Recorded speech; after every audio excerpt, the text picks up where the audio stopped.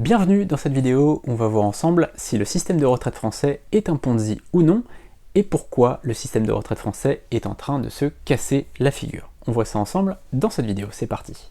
D'abord, c'est quoi une pyramide de Ponzi? Alors dans la description, je vous ai mis le lien vers une autre vidéo où j'explique tout sur la pyramide de Ponzi, donc vous pouvez aller la voir si vous voulez, mais je vais quand même vous expliquer rapidement ce que c'est. En fait, la pyramide de Ponzi, ou système de Ponzi, ou encore schéma de Ponzi, c'est une arnaque dans laquelle la personne qui est tout en haut de la pyramide promet des rendements aux arrivants, tout simplement, aux membres de la pyramide. Les gens ne savent pas du tout que c'est une arnaque, forcément, c'est la personne qui est tout en haut qui sait que c'est une arnaque, et finalement, il va promettre donc, comme je le disais, des rendements. Alors souvent, il va faire croire que l'argent est investi en bourse, ou investi dans l'immobilier, ou investi dans un concept miraculeux qui va faire que les personnes vont avoir un rendement extraordinaire. Et en fait, finalement, cet argent n'est pas du tout placé en réalité. Cet argent sert juste à payer les anciens membres. C'est-à-dire que les nouveaux membres qui arrivent, ils payent pour les anciens. D'accord ? Donc il faut qu'il y ait toujours de nouveaux membres. Et là, vous allez vous dire, bah, finalement, c'est exactement le système de retraite français, c'est-à-dire le système par répartition, comme on l'appelle. Eh bien, c'est un système où il faut toujours de nouveaux arrivants, puisque c'est les nouveaux qui payent pour les anciens. Et si, comme par exemple au Japon, c'est le cas, la démographie est en train de baisser, c'est-à-dire que s'il y a de moins en moins de personnes qui arrivent pour payer la retraite des gens, eh bien le système est en péril. Et c'est ce qui se passe un peu en France, malgré le fait que on ait quand même une natalité assez importante en France, et eh bien il n'y a plus assez de nouvelles personnes qui arrivent sur le marché de l'emploi pour payer la retraite des anciens. Et en fait finalement, une pyramide de Ponzi, elle s'effondre, donc elle ne peut plus payer pour les gens et donc elle s'effondre, c'est une escroquerie qui s'effondre, lorsqu'il n'y a plus suffisamment de nouveaux membres. Donc ça, c'est vraiment pour la définition de la pyramide de Ponzi.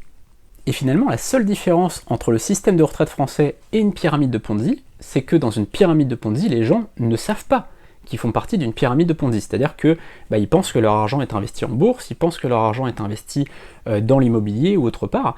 Par exemple, pour Madoff, l'affaire Madoff, j'ai fait une vidéo aussi sur l'affaire Madoff, je vous mets le lien dans la description, eh bien les gens pensaient que leur argent était investi en bourse. Et en fait, en réalité, il servait uniquement à payer les intérêts des anciens membres.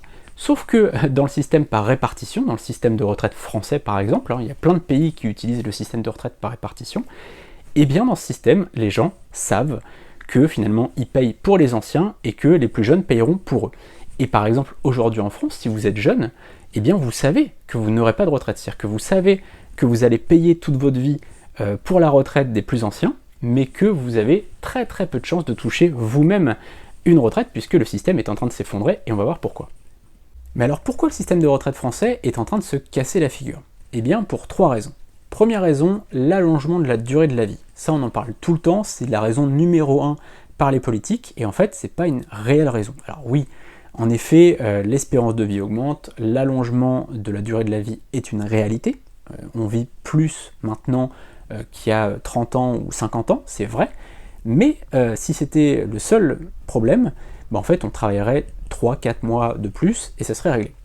La vraie raison, donc c'est la deuxième et la troisième raison, la deuxième raison c'est que la natalité a baissé.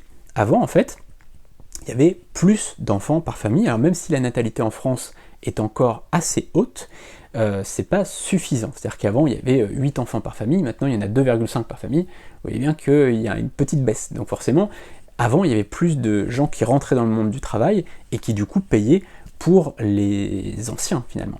Donc la pyramide elle était bien comme ça, maintenant elle est plus comme ça. Vous voyez un petit peu le geste de la pyramide, c'est que maintenant ça fait plus ça, alors qu'avant elle était comme ça. Et comme à côté de ça, donc il y a la natalité qui a baissé, mais en plus de ça, aujourd'hui il y a du chômage, des arrêts maladie, du RSA, etc. Eh bien il y a beaucoup de gens qui sont actifs, c'est-à-dire qui sont en âge de travailler, mais qui sont inoccupés. C'est-à-dire que, vous voyez, il y a les enfants qui sont à l'école maternelle, à l'école primaire, au collège, au lycée, etc. C'est des inactifs. En fait, ils sont inactifs occupés, c'est-à-dire que sur le plan du travail, ils ne travaillent pas, donc ils sont inactifs, mais ils sont occupés, puisqu'ils font leurs études. À l'inverse, on a les retraités qui sont des inactifs inoccupés, c'est-à-dire qu'ils sont en retraite, ils ne travaillent plus, ils ne font plus rien, entre guillemets, même si ils profitent de leur retraite, et ils ont bien raison. Et ces gens-là, donc, ils sont considérés dans l'économie comme des inactifs inoccupés, même si souvent ils sont très occupés, mais sur le point de vue économique, ils ne sont pas occupés, donc inactifs, inoccupés.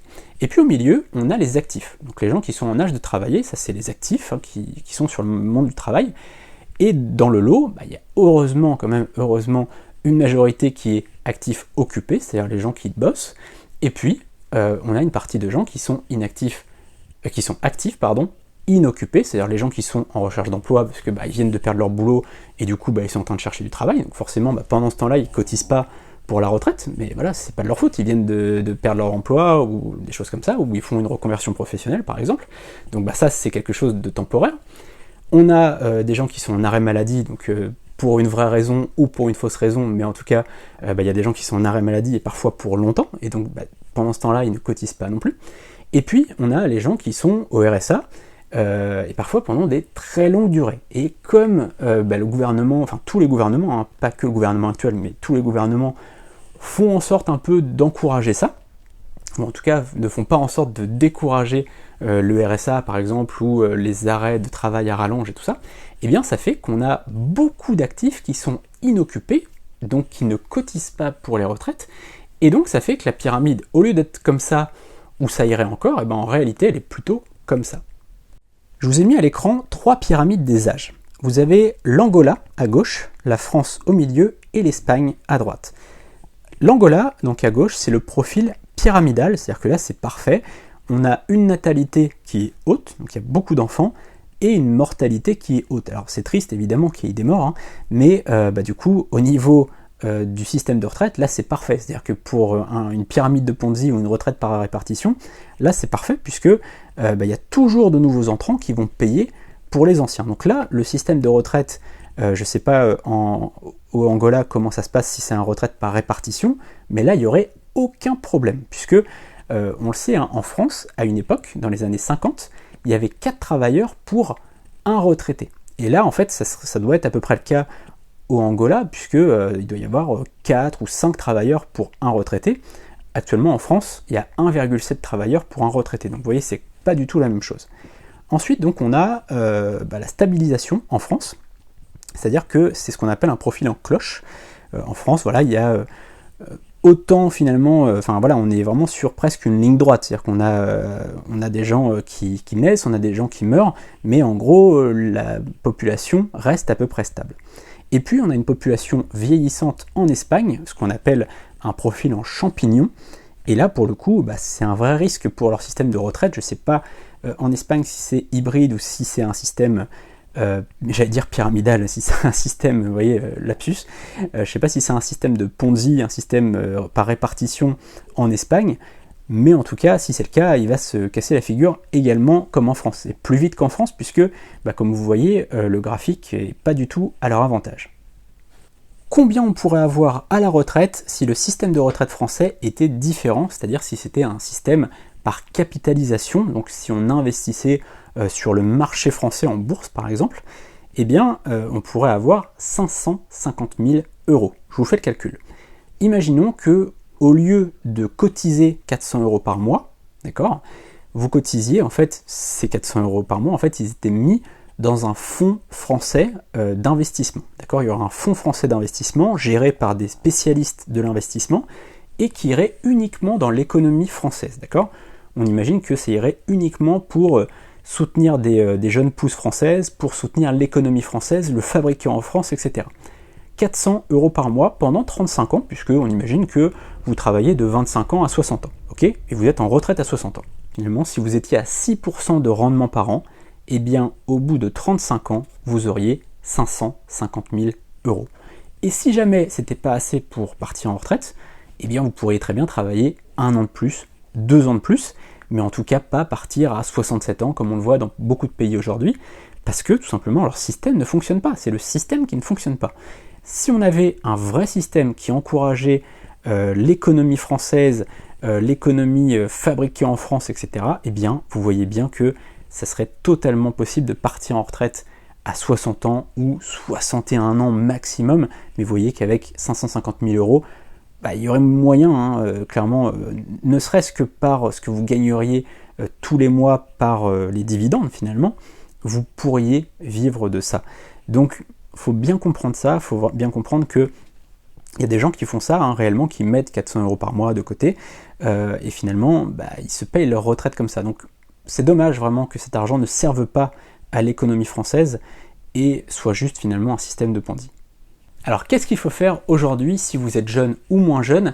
Parce que le but de cette vidéo, c'est pas de vous foutre le moral à zéro, c'est pas du tout ça, c'est que vous trouviez des solutions pour que vous ayez une retraite plus tard. Parce que le système, il va clairement se péter la tronche, donc essayez de prévoir à côté. Première chose, investissez chaque mois. Ça peut être 100 €, 200 €, 300 €, 400 €, peu importe ce que vous investissez, commencez petit et grossissez, essayez de vous faire un budget et essayez d'investir un maximum tous les mois. Diversifiez, ça, d'accord? Ça c'est le deuxième conseil. Ne mettez pas tous vos œufs dans le même panier. Diversifiez, mettez de l'argent en bourse éventuellement sur plusieurs sociétés, en immobilier si vous voulez, essayez de diversifier au maximum. Nous on a créé un concept de blog clé en main, je vous ai mis le lien dans la description, mais clairement vous pouvez acheter un blog, vous pouvez faire de la bourse à côté, vous pouvez faire de l'immobilier, vous pouvez faire plein de choses différentes, mais en tout cas vous devez toujours diversifier votre argent. Allez voir un conseiller en investissement, je ne suis pas conseiller en investissement, donc allez voir un conseiller en investissement qui vous dira sur quoi vous pouvez mettre de l'argent. Si vous n'y connaissez rien, c'est vraiment une bonne chose. Donc investissez chaque mois, diversifiez ce que tout simplement vous investissez, réinvestissez chaque mois, d'accord? Réinvestissez votre argent, c'est super important. Quand vous avez des gains pendant plusieurs années, réinvestissez. Au lieu de profiter et de prendre de l'argent pour aller boire du champagne et Saint-Tropez, non, réinvestissez l'argent et quand vous aurez 60 ans, là, clairement, vous pourrez partir à la retraite tranquillement, sereinement, puisque vous aurez mis de l'argent vous-même, que vous aurez capitalisé vous-même. Donc ça, c'est le troisième conseil. Et puis le dernier conseil, on l'entend pas toujours, devenez propriétaire. Devenez propriétaire. On entend toujours que c'est pas forcément une bonne chose d'être propriétaire, tout ça. Alors même s'il y a certains gouvernements qui font en sorte de décourager les gens à devenir propriétaires, mais mine de rien, quand vous avez 60 ans et que vous n'avez plus de loyer à payer, alors ok, vous allez payer des taxes, oui, d'accord, mais vous n'avez plus de loyer. Si vous payez aujourd'hui, 700 € par mois de loyer, par an, ça fait quand même 8400 €, si je ne me trompe pas. 8400 €, si vous êtes propriétaire de votre maison, vous n'allez pas payer 8400 € de taxes. D'accord? Donc vous allez payer finalement la même chose pendant des années de crédit, d'accord? Mais c'est fini, derrière vous êtes tranquille, vous avez au bout de 20 ans ou 25 ans ou même 30 ans, même si vous mettez 30 ans à payer votre maison, c'est pas grave. Au bout de 30 ans, vous avez fini de la payer et vous n'avez plus ce poste de dépense là. Et puis un petit cinquième, c'est un petit bonus comme ça pour la route. Faites-vous par exemple un potager. Si par exemple vous êtes un peu plus tranquille et vous pouvez le soir avoir un petit peu de temps, si vous avez un peu de temps, si vous avez un petit terrain, vous vous faites un petit potager, c'est relaxant, ça va vous faire du bien, ça fait mettre la main à la terre, ça fait toujours du bien parce que ça fait se recentrer sur la nature, et puis vous mangez vos propres récoltes.